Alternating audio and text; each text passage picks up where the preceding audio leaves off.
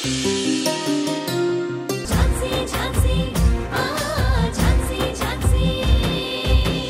లేదు నాన్న, తాతయ్య నిన్ను మన కంపెనీకి సీఈఓ చేస్తున్నారు.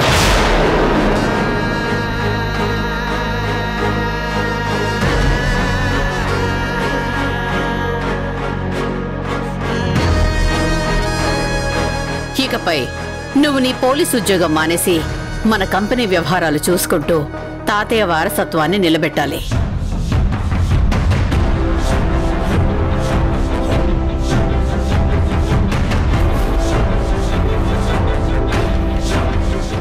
అవునరా గౌతమ్, ఈ బాధ్యతలు నీకు ఎప్పుడో అప్పగించాలి.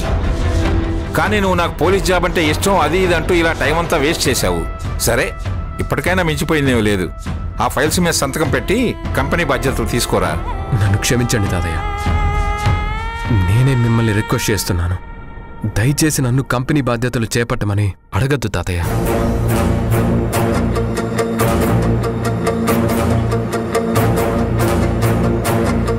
నేను ఇంతకు ముందు కూడా మీకు చాలాసార్లు చెప్పాను, పోలీస్ జాబ్ అంటే నాకు చాలా ఇష్టం, ప్యాషన్. అందులోనే నాకు కంఫర్ట్ ఉంది. ఏంట్రా కంఫర్ట్ ఉండేది? నువ్వు చేయని నేరానికి నీ మీద నిందలు పడ్డా కూడా ఆ జాబ్ మీద ఇంకా ఇంట్రెస్ట్ పోవటం లేదా నీకు?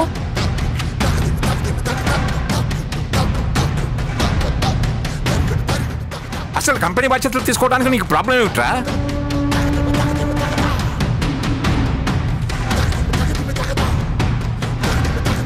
నేను చెప్పేది విను.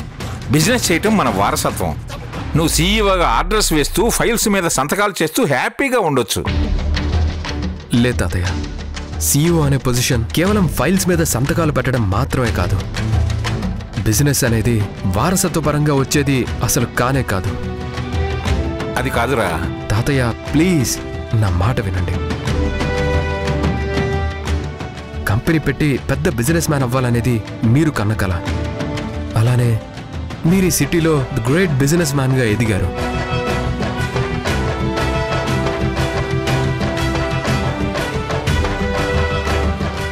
మా కోసం మీరెంతో కష్టపడి కోట్ల ఆస్తి సంపాదించారు. కొన్ని వేల మందికి ఉపాధి కల్పించారు.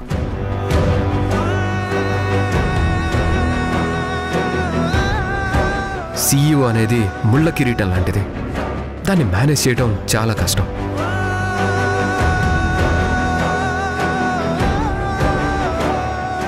అలాంటిది బిజినెస్లో ఏమాత్రం అవగాహన లేని, అర్హత లేని నాకు ఆ పోస్ట్ కట్టబెట్టడం కరెక్ట్ కాదు.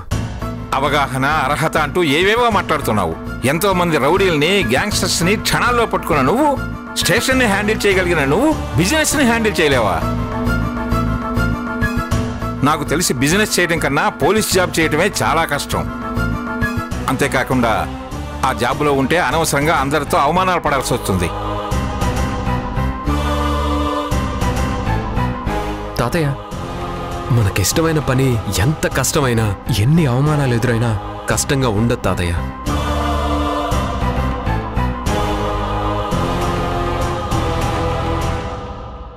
అదే ఇష్టం లేని పని ఎంత ఈజీగా ఉన్నా చాలా కష్టంగా అనిపిస్తుంది. ప్రశాంతంగా ఉండలేం.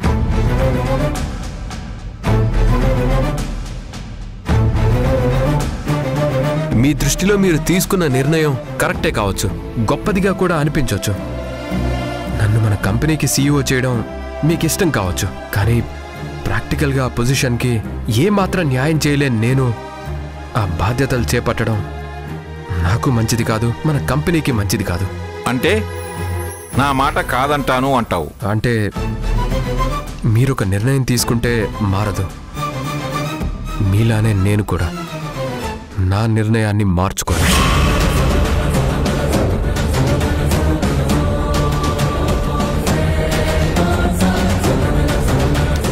సారీ తాతయ్య.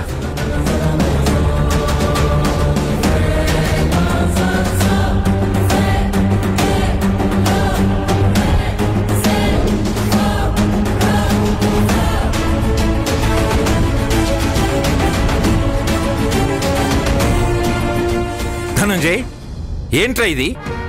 నీ కొడుకులు మహా గొప్ప వాళ్ళలాగా ఫీల్ అయిపోతున్నారు. ఎవరు నా మాట వినరా? ఒకడేమో ఒక దిక్కుముక్కు లేని దాన్ని ప్రేమించి మన కుటుంబానికే దూరం అయ్యాడు. వీడేమో ప్యాషను ఇష్టం అంటూ ఇలా కంపెనీకి దూరం అవుతున్నాడు. ఏంట్రా ఇలాంటి కొడుకులు కన్నావు? కొడుకులంటే ఎలా ఉండాలి? పెద్దవాళ్ళు చెబితే వినాలి. ఏంటో నాకు కర్మ. ఈయన గారి మాట వింటేనే గొప్పోళ్ళ, లేకపోతే కాదా? ఏంటో ఈయన చేదస్తాం. రాజుగారు, ఇక మీరు వెళ్ళొచ్చు.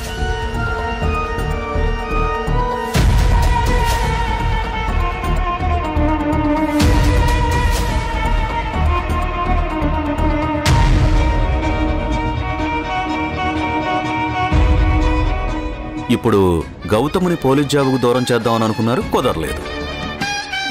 రేపు వాడి ప్రేమను దూరం చేయాలని చూసినా అది కూడా కుదరదు.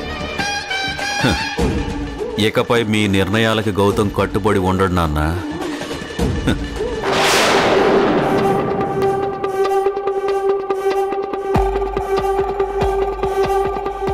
వాడిని హెరాస్ చేసేది ఇక్కడేనా?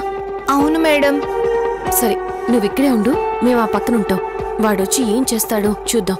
మేడం, భయంగా ఉంది. నువ్వేం భయపడకు, ధైర్యంగా ఉండు. నేనున్నాను కదా, నీకేం కాదు. ఓకేనా? పదండమ్మా.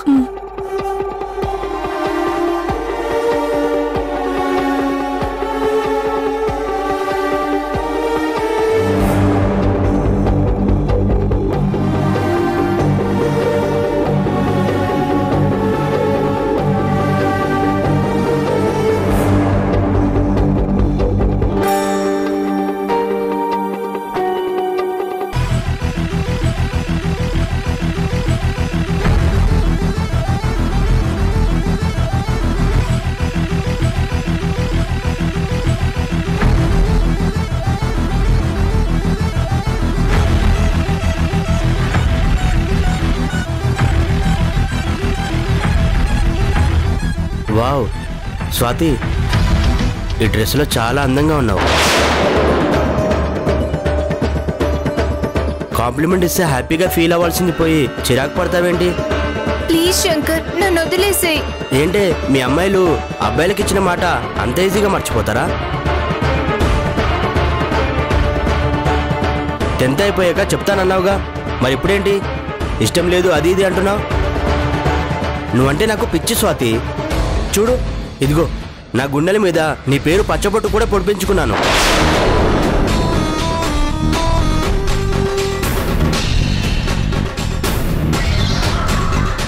ఏంటి పిచ్చి పనులు? చెప్తున్నా కదా, నువ్వంటే పిచ్చి. ఈరోజు తాడో పేడో తేలాలి. చెప్పు, నన్ను లవ్ చేస్తావా లేదా? ప్లీజ్ శంకర్, నన్ను ఇబ్బంది పెట్టకు. నాకు ఈ ప్రేమ అది ఇది ఇష్టం లేదు. నేను బాగా చదువుకోవాలి, మా అమ్మని బాగా చూసుకోవాలి. నీకు దండం పెడతాను, నన్ను వదిలేసేయ్. ఇలా చెప్తే వినవు గానీ నాతో రా. ఏ వదులు.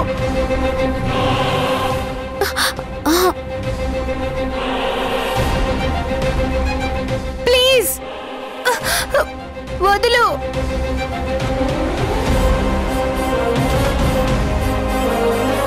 ఏయ్, చేయదులు. నువ్వెవరు? లాయర్ జాన్సీన్ రా. నువ్వు ఒక మైనర్ అమ్మాయిని ప్రేమ పెళ్లి అంటూ హెరాస్ చేస్తున్నావు. ఫోక్సో కేసు కింద ఊచలు లెక్క పెట్టిస్తాను. జీవితంలో బెయిల్ కూడా దొరకదు. నీ కెరియర్ నాశనం అయిపోతుంది. ఇంకోసారి ఇలా చేయకు. వదిలే అమ్మాయి చేయి. రై, జాగ్రత్త. ఇక నుంచి ఆ అమ్మాయిని డిస్టర్బ్ చేయకు.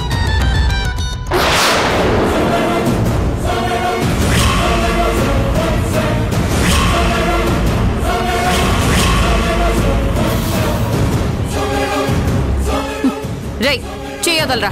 నువ్వు మేజర్వే కదా, నువ్వేనా నాకు ఓకే. అరే బాబు, నువ్వు మామూలుడు కాదురా, నువ్వు తోపురా, నువ్వు తురుమ్రా. రై, చెయ్యగలరా? వదలు.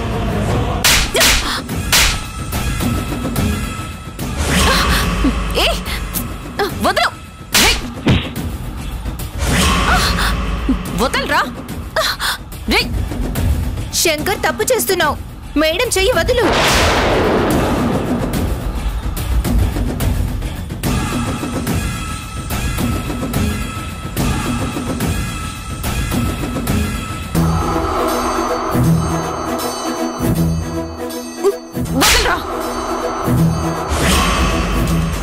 రేయ్ కారాపు.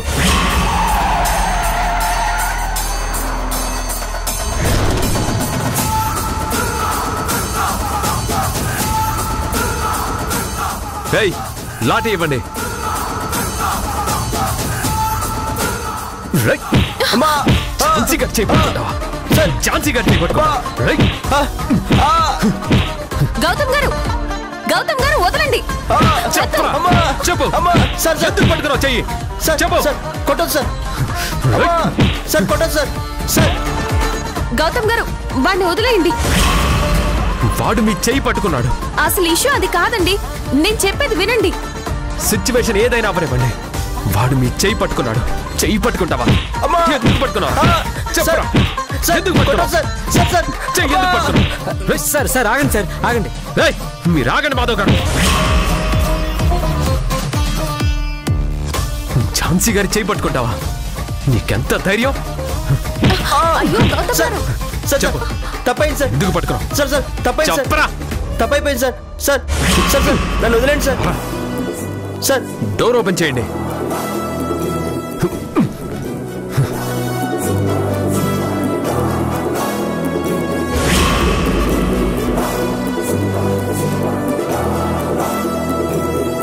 మేడం, గౌతమ్ సార్ ఎలా వచ్చారు?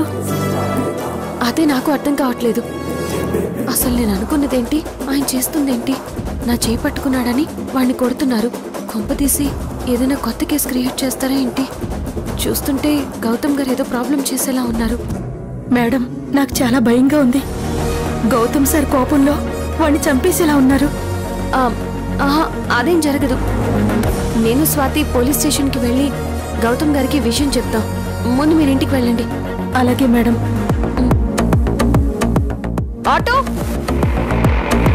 పద స్వాతి.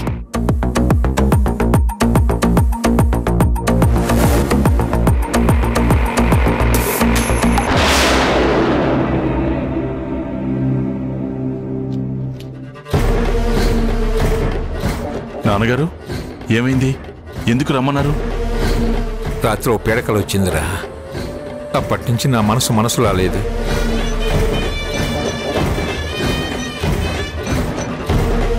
ఏవేవో ఆలోచనలు, ఏదో భయం నన్ను ఆవహించినట్లు అనిపిస్తుంది. నన్ను జాగ్రత్తగా ఉండమని కాలం నన్ను హెచ్చరిస్తున్నట్లుంది. ఆ పీడకల దేని గురించి నాన్న? మన గౌతమ్ గురించి. మావయ్య, మీరేమంటున్నారు? అవునమ్మా కమలా, ఆ కళలో నీ పెద్ద కొడుకులాగానే నీ చిన్న కొడుకు కూడా ప్రేమ పెళ్లి చేసుకుని మనల్ని కాదని వెళ్ళిపోయాడంట.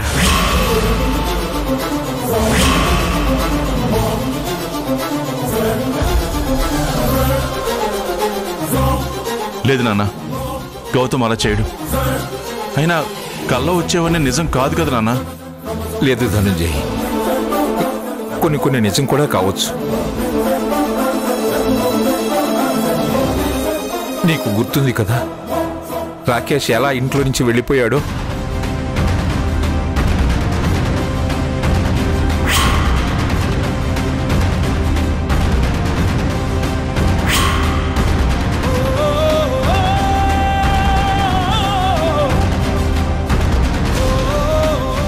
అసలు ఘోరం ఏంటంటే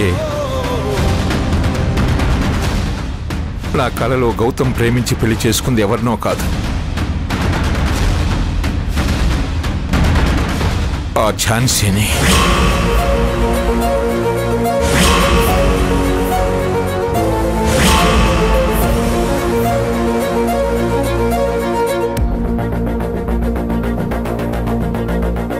నాకు చాలా భయంగా ఉందిరా. వీడు కూడా నీ పెద్ద కొడుకులాగానే మనకెదురు తిరిగితే మన పరిస్థితి ఏమిటి? అలా ఏం జరగదు నాన్న. మన ఇంట్లో జరిగిన సంఘటనలన్నీ తెలిసి కూడా గౌతమ్ అలాంటి తప్పు చేయడు. వాడు చాలా మంచివాడు నాన్న. మీరన్నా మన కుటుంబం అన్నా వాడికి ప్రాణం నాన్న. రాకేష్ కూడా చాలా మంచివాడే కదా. వాడికి కూడా నేనన్నా మన కుటుంబం అన్నా ప్రాణమే కదా. మరి వాడు చేసినప్పుడు వీడు కూడా అలా చేయడానికి గ్యారెంటీ ఏంటి? అది కాదు నాన్న. లేదురా ధనుంజయ్, ఈ కాలం పిల్లల్ని మనం నమ్మలేం. ప్రేమనే మాయలో పడిపోయి కన్న వాళ్ళని పరువు ప్రతిష్టల్ని మర్చిపోయి ఎంతకైనా తెగిస్తున్నారు. కాలం మారింది, కల్చర్ మారింది. ఇప్పుడు అసలు బంధాలకి తావే లేకుండా పోయింది. పార్కులు, సినిమాలకు తిరగడం, అదే ప్రేమనుకొని జీవితాన్ని నాశనం చేసుకుంటున్నారు. దిక్కు ముక్కు లేని దానికోసం నీ పెద్ద కొడుకు మనల్ని కాదని వెళ్ళిపోయి ఏం సాధించాడు? వాడి వల్ల మనం మీ అమ్మని పోగొట్టుకున్నాం. చివరికి వాడే లేకుండా పోయాడు. మళ్ళీ అలాంటి పరిస్థితి ఇంట్లో రాకూడదురా. చెప్తున్నాను కదా నాన్న, గౌతమ్ మన గురించి ఆలోచిస్తాడు. అసలు వాడికి డ్యూటీ మీద తప్ప ఈ ప్రేమ పెళ్లి మీద ఇంట్రెస్ట్ లేదు. లేదురా, నాకెందుకో డౌట్ వస్తుంది. నా మనసు ఎందుకో కీడుని శంకిస్తుంది. నిజానికి గౌతమ్ నా ప్రతి మాట కాదంటున్నాడు. వద్దంటే పోలీస్ అయ్యాడు. మన కంపెనీకి సీఈఓ చేస్తానంటే వద్దని మొహం మీదనే చెప్పేశాడు. నాకు మెల్లమెల్లగా అన్నీ అర్థమవుతున్నాయి. ఈ ఇంట్లో రాను రాను నా మాటకు వాల్యూ లేకుండా పోతుంది. నీ తమ్ముడు చంద్రమోహన్, నీ చెల్లెలు మునాల్ని వాళ్ళకి నచ్చినట్టుగా వాళ్ళు ఉంటున్నారు. ఇక నీ భార్య కమలైతే ఆ పిల్లలతో మాట్లాడొద్దన్నా కూడా మాట్లాడుతూనే ఉంది. ఇంట్లో అందరూ ఎవరికి ఇష్టం వచ్చినట్టు వాళ్ళు నడుచుకుంటున్నారు. పొరపాటు నాకు వచ్చిన పిడకలే నిజమైతే అదంతా చూస్తూ బ్రతకడం కన్నా నేను చనిపోవటమే మేలు. నానా నానా నానా నానా, మీరు ఇంకొకసారి ఇలా మాట్లాడుతున్నానా? మీరే మా ధైర్యం, మీరే మా జీవితం. నాకు తెలుసురా, ఎవరు నా మాట విన్నా వెనకపోయినా కూడా నువ్వు మాత్రం నా మాట జవదాటవు. నా జీవితానికి ఒక కోరిక మిగిలిపోయిందిరా, అది నువ్వు తీరుస్తావా? ఖచ్చితంగా తీరుస్తాను నాన్న. ఏంటో చెప్పండి. ఈ ఇంట్లో శుభకార్యం జరిగి చాలా రోజులు అవుతుంది కదా, అందుకే ఇప్పుడు గౌతమ్ పెళ్లి జరిపించాలనుకుంటున్నాను.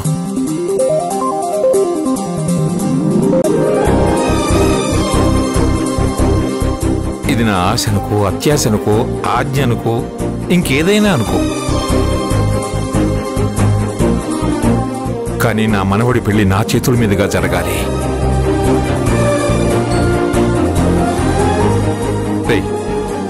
నేను జీవితంలో నిన్నేమీ అడగలేదు, ఇప్పుడు అడుగుతున్నాను.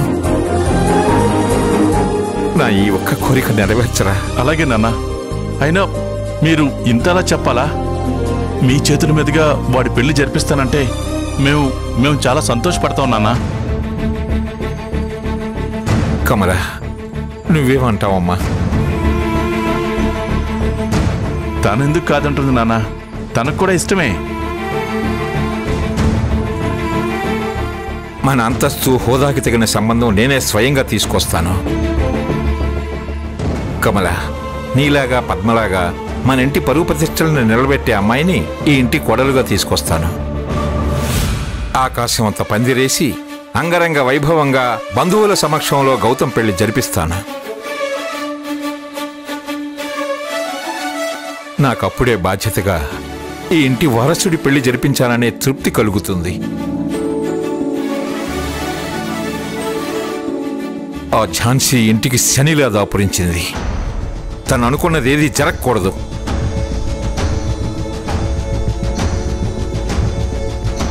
ఈ శుభకార్యంతో అన్ని దరిద్రాలు పటాపంచలవ్వాలి. గుడ్ టైం స్టార్ట్ అవ్వాలరా. ఏమంటావు ధనుంజయ్? సరే నాన్న, మీ ఇష్టం. అయితే టైం చూసి మీరే గౌతమ్కి పెళ్లి విషయం చెప్పండి. ఒకవేళ నేను అనుకున్నట్లు గౌతమ్ పెళ్లి జరగకపోతే పరువు ప్రత్యక్షల కోసం ప్రాణమిచ్చే ఈ సోమేశ్వరరావు బ్రతుకున్నా చచ్చినట్టే. నాన్నగారు, నా దృష్టిలోని రెండో కొడుకు కూడా అంతే. మావయ్య, అలాంటి అపశకునపు మాటలేమీ మాట్లాడకండి మావయ్య. అవును నాన్న, మీకు గాని గౌతమ్కి గాని ఏమన్నా జరిగితే మేము తట్టుకోలేము. రే ధనుంజయ్, నేను చెప్పిన అమ్మాయిని నీ కొడుకు పెళ్లి చేసుకునేలా చేస్తానని నాకు మాట ఇవ్వరా?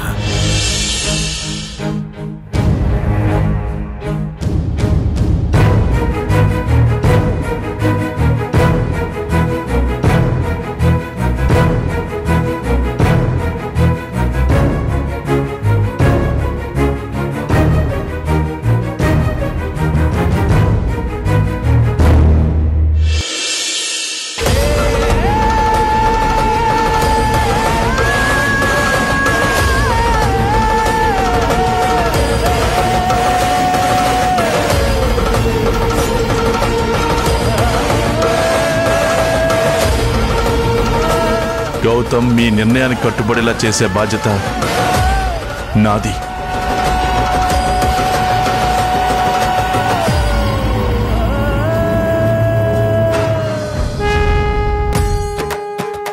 ఇప్పుడు నా మనసు కొంచెం కుదుట పడింది.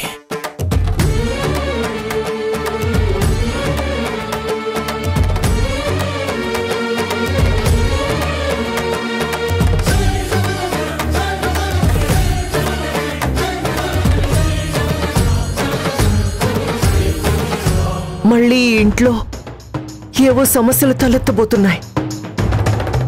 దేవుడా, నువ్వే కాపాడాలి.